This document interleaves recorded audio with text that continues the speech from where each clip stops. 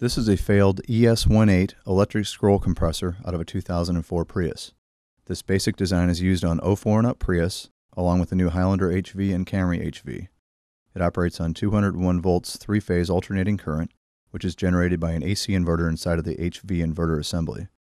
The orange tubing signifies dangerous high voltage wiring.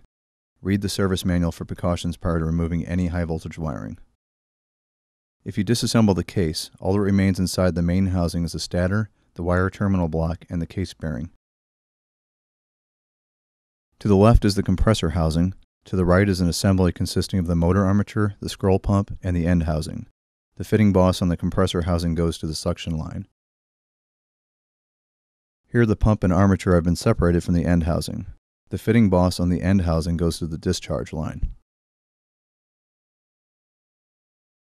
This compressor was not producing adequate pressure, and it was noisy.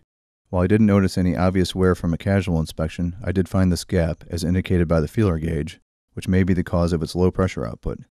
As much as I tried to force the scroll pump halves together, this gap was always present.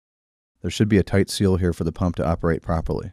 My guess is that the scroll drive mechanism had slipped on the armature shaft, possibly from extended use and overheating, causing undesirable contact inside the pump, thereby prohibiting the assembly from fitting together correctly.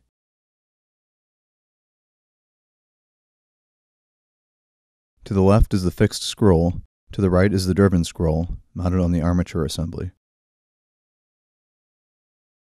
Here I've removed the driven scroll to reveal the eccentric drive shaft. The drive shaft has a counterbalance weight to reduce vibration caused by the orbital motion of the scroll. The 6 fixed dowel pins keep the scroll from rotating as it is moved orbitally.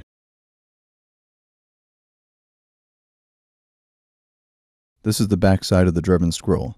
The 6 steel bushings engage with the 6 aforementioned dowel pins to eliminate rotation. The leftmost bushing is standing on end for detail. The setter bearing rides on the drive shaft eccentric snout. Here's a quick video of the scroll being turned by hand.